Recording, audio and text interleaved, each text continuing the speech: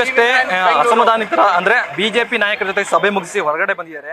ಅವ್ರು ನಿಜವಾಗ್ಲೂ ಕೂಡ ಸಮಾಧಾನದಿಂದ ಆಗಿದೆಯಾ ಅಥವಾ ಅವರಿಗೆ ಬೇರೆ ಜವಾಬ್ದಾರಿ ಕೊಟ್ಟಿದ್ದೀರಾ ಅನ್ನೋ ಒಂದಷ್ಟು ವಿಚಾರಗಳನ್ನ ಸ್ವತಃ ಕರಡಿ ಸಂಗಣ್ಣವ್ರ ಹತ್ರನೇ ಕೇಳ್ತಿಳ್ಕೊಳ್ಳೋಣ. ಸರ್, ಈಗಿನ ಸಭೆ ತಮಗೆ ಸಮಾಧಾನ ತಂದಿದ್ಯಾ, ಹೇಗೆ? ನೋಡಿ, ಈಗ ಕೆಲವು ರಾಷ್ಟ್ರದ ವಿಚಾರ, ರಾಷ್ಟ್ರದ ನಾಯಕರ ವಿಚಾರ ಬಂದಾಗ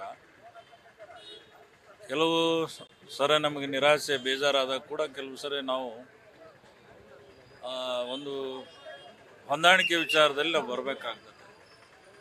ಆ ದಿಸೆಯಿಂದ ನಾಯಕರು ನಮಗೇನು ಹೇಳಿದ್ದಾರೆ, ಆಯಿತು ನಿಮಗೇನೋ ಅನ್ಯಾಯ ಆಗಿದೆ ಅನ್ನೋದು ಅನ್ನಿಸ್ತದೆ, ನಮಗೆ ಮುಂದಿನ ದಿನಮಾನ ಸರಿ ಮಾಡ್ತೀವಿ ಅನ್ನೋ ಮಾತು ಹೇಳಿದ್ದಾರೆ. ಅಷ್ಟು ಬಿಟ್ಟರೆ ನಮಗೆ ಯಾವುದೇ ಕೂಡ ನನಗೆ ಸ್ವಂತಕ್ಕೆ ಬೇಕಂತೇಳಿ ಕೂಡ ನನ್ನ ಅಭಿಪ್ರಾಯದಲ್ಲ, ನನ್ನ ಒಂದು ಸ್ವ ಇಚ್ಛೆ ಇಲ್ಲ. ಒಟ್ಟಾರೆ ಇಡೀ 8 ಕ್ಷೇತ್ರದ ಜನ ಒಂದು ಡಿಮ್ಯಾಂಡ್ ಇದೆ, ನಿಮ್ಮಂಥವ್ರು ಕಳ್ಕೊಳ್ತೀವಲ್ಲ ಅಂತೇಳಿ ಅವ್ರು ನಿರಾಸೆಯಾಗಿ ಇವತ್ತು ಬಂದಿದ್ದಾರೆ. ಅವರವ್ರ ಅಭಿಪ್ರಾಯಗಳನ್ನು ಹೇಳಿದ್ದಾರೆ ವರಿಷ್ಠ ಮುಂದೆ. ಸಂಗಣ್ಣವರು ಪ್ರಮುಖವಾಗಿ ಯಾವ ಜವಾಬ್ದಾರಿಯನ್ನ ನಿರೀಕ್ಷೆ ಮಾಡ್ತಾ ಇದ್ದೀರಾ? ರಾಜ್ಯಸಭೆನೋ ಅಥವಾ ಪರಿಷತ್ತಲ್ಲಿ ಕೊಟ್ಟರು ಯಾವ ಜವಾಬ್ದಾರಿಗಳು ನಿರೀಕ್ಷೆ? ನನ್ನ ನಿರೀಕ್ಷೆ ಯಾವುದೂ ಇಲ್ಲ. ಅವ್ರ ಮುಂದೆ ನಮ್ಮ ನಾಯಕರು ಬಂದಂಥವ್ರು ಹೇಳಿದ್ದಾರೆ ಟಿಕೆಟನ್ನು ಮರು ಹಂಚಿಕೆ ಮಾಡ್ರಿ ಅನ್ನೋದು ಒಂದು. ಸೆಕೆಂಡ್ ಒನ್ ಏನು ಹೇಳಿದ್ದಾರೆ, ನೀವು ಅದು ಆಗದೇ ಇದ್ದರೆ ರಾಜ್ಯಸಭೆ ಕೊಡ್ರಿ ಅಥವಾ ಅದು ಆಗದಿದ್ದರೆ MLC ಕೊಡ್ರಿ ಅಂತೇಳಿ ಅವ್ರ ಪ್ರಪೋಸಲ್ನ ಮಂಡಿಸಿದ್ದಾರೆ. ಅದನ್ನು ಕೇಳ್ಕೊಂಡಿದ್ದಾರೆ. ಅವರು ವರಿಷ್ಠ ಜೊತೆ ಮಾತಾಡ್ತೀವಿ ಅನ್ನೋ ಮಾತನ್ನು ಹೇಳಿದ್ದಾರೆ.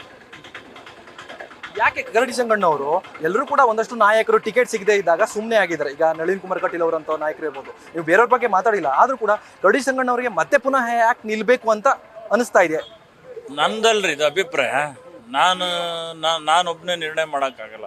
ಈಗ ಇಷ್ಟು ಜನ ಬಂದಿದ್ದಾರೆ 8 ಕ್ಷೇತ್ರ. ಸುಮ್ಮನೆ ನಿನ್ನೊಂದು ಕಾಲ್ ಮಾಡಿದ್ವಿ, ಅವರೆಲ್ಲರ ಅಭಿಪ್ರಾಯ, ನನ್ನ ಅಭಿಪ್ರಾಯ ಅಲ್ಲ. ನಾನು ಮತ್ತೆ MP ಆಗ್ಬೇಕಂತ ನನ್ನ ಸ್ವ ಇಚ್ಛೆ ಅಲ್ಲ, ನನ್ನ ಅಭಿಪ್ರಾಯನೂ ಅಲ್ಲ. ಅವರೆಲ್ಲರೂ ಈಗ ನಮಗೆ ಅವ್ರೇನು ಹೇಳ್ತಾರೆ, ನಮ್ಮ ಕ್ವಶನ್ ಮಾಡ್ತಾರೆ, ನೀವು ಮುಂದಿನ ನಡೆ ಏನು, ನಿಮ್ಮ ನಿರ್ಧಾರ ಹೇಳ್ರಿ ಅಂತ ಹೇಳಿದ್ರು. ಹಾಗಾಗಿ ಇಲ್ಲೊಂದು ಸಭೆ ಏರ್ಪಾಡು ಮಾಡೋಣ, ವರಿಷ್ಠ ಜೊತೆ ನೀವೇ ಮಾತಾಡ್ರಿ ಅಂತೇಳಿ ಕರ್ಕೊಂಡ್ಬಂದಿದ್ದೀವಿ. ವರಿಷ್ಠ ಜೊತೆ ಅವರೆಲ್ಲರೂ ಮಾತಾಡಿದ್ದಾರೆ. ವರಿಷ್ಠರು ಅದನ್ನು ಕೇಳ್ಕೊಂಡಿದ್ದಾರೆ. ಮುಂದೆ ಏನೋ ಅವ್ರು ತೀರ್ಮಾನ ಮಾಡ್ತಾರೆ ನೋಡಿ. ಇಲ್ಲಿಂದ ಹೈಕಮಾಂಡ್ ನಾಯಕರು ಭೇಟಿ ಆಗುವಂಥದ್ದು ಏನಾದ್ರು ಸಾಧ್ಯತೆಗಳಿದೆಯಾ? ಇಲ್ಲ, ಯಾವ ಸಾಧ್ಯತೆಗಳಿಲ್ಲ. ಉಳಿದಿದ್ದಾವೆ. ಅವ್ರ ಮುಂದಿನ ತೀರ್ಮಾನ ಅವ್ರದ್ದು. ಈಗ ಕೊನೆಯದಾಗಿ ಕರಡಿ ಸಂಗಣ್ಣವರು ಕೊಪ್ಪಳ ಅಭ್ಯರ್ಥಿಯ ಪರವಾಗಿ ಕ್ಯಾಂಪೇನ್ ಮಾಡ್ತೀರಾ, ಮಾಡಲ್ವಾ? ನಾನು ಹೇಳಿದೆ ನಮ್ಮ ಎಲ್ಲ ನಾಯಕರಿಗೆ ಹೇಳೀನಿ, ಪಕ್ಷದ ಒಂದು ಏನು ತೀರ್ಮಾನ ಇದೆಯಲ್ಲ, ಪಕ್ಷದ ಪರವಾಗಿ ಇರ್ತೀನಿ. ನಾನು ಪಾರ್ಟಿಯಲ್ಲೇ ಇರ್ತೀನಿ, BJP ಪಾರ್ಟಿಯಲ್ಲಿ ಇರ್ತೀನಿ. ಪಕ್ಷ ಬಿಡುವಂತ ಯಾವುದೇ ವಿಚಾರಕ್ಕೆ ಹೋಗಲ್ಲ, ಪಕ್ಷದಲ್ಲೇ ಇದ್ದು ಕ್ಯಾಂಡಿಡೇಟ್ಗೆ ಸಪೋರ್ಟ್ ಮಾಡ್ತೀರಾ ಅಂತೀರಾ? ನೋಡಿ, ಪಕ್ಷದಲ್ಲಿ ಇರ್ತೀನಿ ಅಂದ್ರೆ ನೀವು ಅದನ್ನು ಊಹೆ ಮಾಡ್ಕೋಬೇಕು. ಅದರಲ್ಲಿ ನೀವು ಡಿವೈಡ್ ಮಾಡ್ತಾರಂದ್ರೆ ಪಕ್ಷದಲ್ಲೇ ಇರ್ತೀನಲ್ಲ, ಇನ್ನೊಮ್ಮೆ ಹೇಳ್ತೀನಿ ನಿಮ್ಗೆ. ಓಕೆ, ನಿಮ್ಮ ಬೆಂಬಲಿಗರ ಒತ್ತಾಯಕ್ಕೆ ಏನಾದರೂ ಕೂಡ ಬೇರೆ ಮನ್ಸು ಮಾಡ್ತೀರೇನೋ ಅಂತ? ಈಗಲೇ ನಾನು ಭವಿಷ್ಯ ಹೇಳೋಕ್ಕಾಗಲ್ಲ. ಕಾರ್ಯಕರ್ತರು ಬೆಂಬಲಿಗರು ಬೇರೆ ಪಾರ್ಟಿ ಮಾಡ್ರಿ ಅಂತ ಅವ್ರು ಇನ್ನೂವರೆಗೆ ಹೇಳಿಲ್ಲ. ಅವಾಗ ಏನಾರು ಹೇಳಿದ್ರೆ ನಿಮಗೆ ಸಂಪರ್ಕ ಬರ್ತೀನಿ. Thank you sir.